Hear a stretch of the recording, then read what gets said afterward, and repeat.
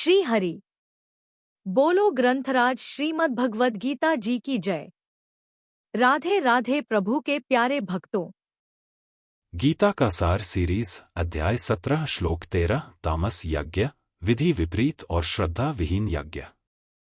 राधे राधे भक्तों, आज के गीता का सार सीरीज वीडियो में हम समझेंगे अध्याय 17 श्लोक 13 का गहरा ज्ञान।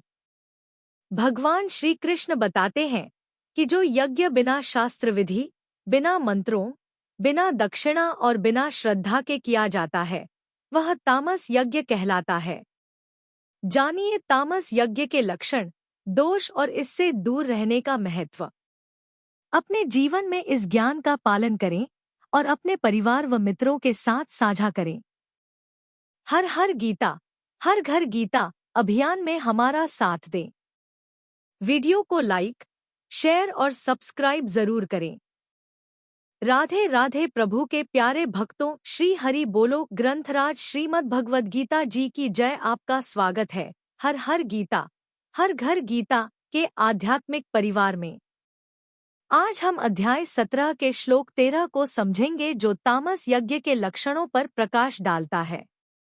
श्लोक: विधिहीन सृष्टान्नम मंत्रहीन मदक्षिणम श्रद्धाविरहितं यज्ञम तामसम परिचक्षते। 13 अर्थ: जो यज्ञ शास्त्र का पालन न करते हुए बिना अन्नदान के, बिना मंत्रों के, बिना दक्षिणा के और बिना श्रद्धा के किया जाता है वह तामस यज्ञ कहलाता है। आम समस्या: आजकल कई बार लोग आध्यात्मिक कर्म या पूजा विधान में औपचारिकताओं की उपेक्षा कर देते हैं। यह श्रद्धा की कमी और विधि के बिना किया गया कर्म अशुद्ध और फलहीन रह जाता है। ऐसे कर्म से व्यक्ति का मन नष्ट होता है और आध्यात्मिक उन्नति में बाधा आती है। समाधान: भगवान का निर्देश है कि यज्ञ और कर्म श्रद्धा भाव और विधिपूर्वक किए जाएं। यदि श्रद्धा और विधि का पालन नहीं होगा तो वह तामस यज्ञ में बदल जाता है जो आध्यात्मिक रूप से नुकसानदायक होता है। सच्चा यज्ञ वही है जिसमें मन, वचन और कर्म तीनों श्रद्धा से भरे हों। तामस यज्ञ के लक्षण। श्लोक 13 विधिहीन सृष्टान्नम मंत्रहीन दक्षिणम श्रद्धा विरहितं यज्ञम तामसम परिचक्षते।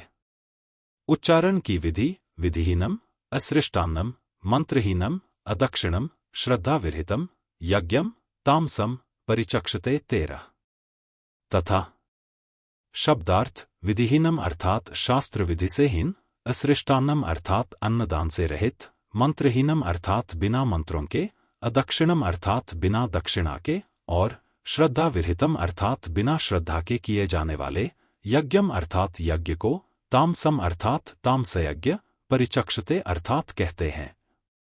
अर्थ: शास्त्र विधि से हीन, अन्नदान से रहित, बिना मंत्रों के, बिना दक्षिणा के और बिना श्रद्धा के किए जाने वाले यज्ञ को तामस यज्ञ कहते हैं। 13 व्याख्या: विधिहीनम अलग अलग यज्ञों की अलग अलग विधियां होती हैं और उसके अनुसार यज्ञ कुंड, सुवा आदि पात्र, बैठने की दिशा, आसन आदि का विचार होता है।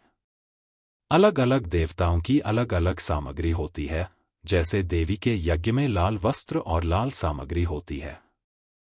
परंतु तामस यज्ञ में इन विधियों का पालन नहीं होता, प्रत्युत उपेक्षापूर्वक विधि का त्याग होता है।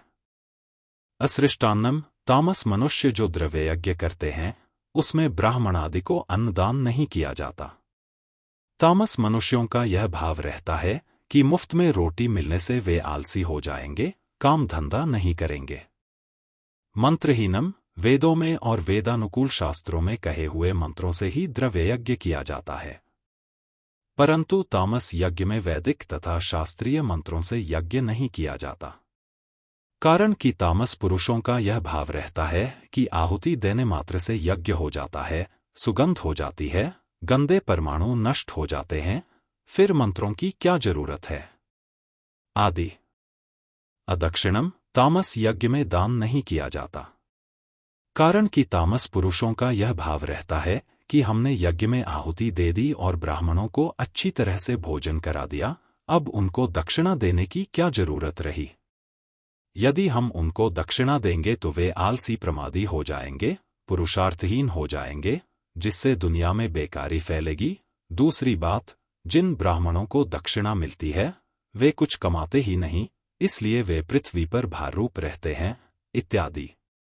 वे तामस मनुष्य यह नहीं सोचते कि ब्राह्मण आदि को अन्नदान, दक्षिणा आदि न देने से वे तो प्रमादी बने, चाहे न बने, पर शास्त्र विधि का, अपने कर्तव्य कर्म का त्याग करने से हम तो प्रमादी बन ही गए। श्रद्धा विरहितन यज्ञम तामसम परिचक्षते, अग्नि में आहुति देने के विषय में तामस मनुष्यों का यह भाव रहता है कि अन्न, घी, जौ, चावल, नारियल, छुहारा आदि तो मनुष्य के निर्वाह के काम की चीजें हैं। ऐसी चीजों को अग्नि में फूंक देना कितनी मूर्खता है। जब खेत में हल चलाने वाला अनाज के बढ़िया बढ़िया बीजों को मिट्टी में मिला देता है तो खेती होने पर उन बीजों से कई गुना अधिक अनाज पैदा हो जाता है। फिर शास्त्रीय मंत्रों के उच्चारण पूर्वक वस्तुओं का हवन करना क्या निरर्थक जाएगा। मिट्टी में मिलाया हुआ बीज तो आधि भौतिक है, क्योंकि पृथ्वी जड़ है, पर शास्त्र विधिसित अग्नि में दी गई आहुति आधि दैविक है, क्योंकि देवता चेतन है। अतः उन देवताओं के लिए दी गई आहुति वर्षा के रूप में बहुत बड़ा काम करती है।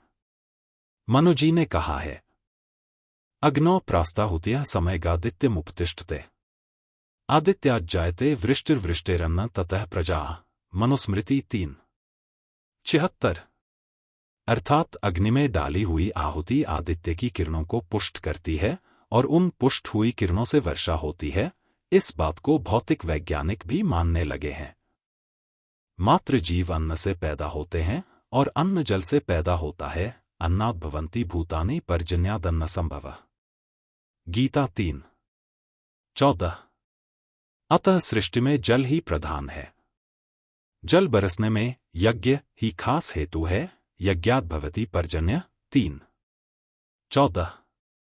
अपनी प्रसिद्धि मान बढ़ाई के लिए वे यज्ञ करते भी हैं, तो बिना शास्त्र विधि के, बिना अन्नदान के, बिना मंत्रों के और बिना दक्षिणा के करते हैं।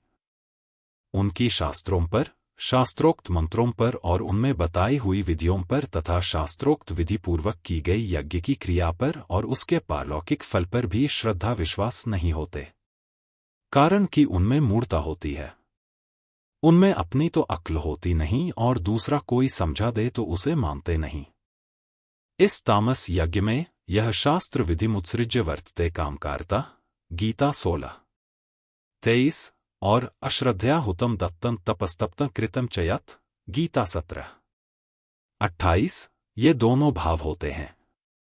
अतः वे इहलोक और परलोक का जो फल चाहते हैं वह उनको नहीं मिलता। न स सिद्धिम वाप्नोति न सुखम न परांगतिम न च तत्प्रेत्य नो एह।